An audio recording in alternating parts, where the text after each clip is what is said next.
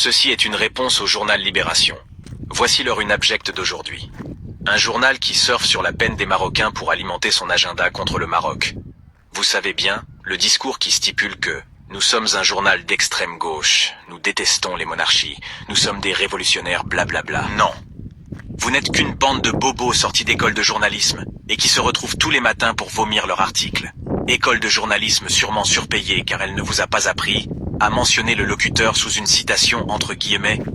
Ou peut-être cela était-ce du simple vice, afin de faire croire que c'est cette pauvre dame meurtrie qui prononce cette phrase. La pauvre, elle doit être à 1000 lieues de savoir qu'elle est utilisée par une bande de bobos depuis leur bureau parisien pour véhiculer une idéologie de néocolonialiste. Car mécontent que le Maroc ait préféré l'aide d'autres pays que la France, ce journal, prônant habituellement l'anti-impérialisme, agit en colon des pensées. Selon eux, se passer de la France, c'est abandonner les Marocains. Les Marocains ne vous ont pas attendu.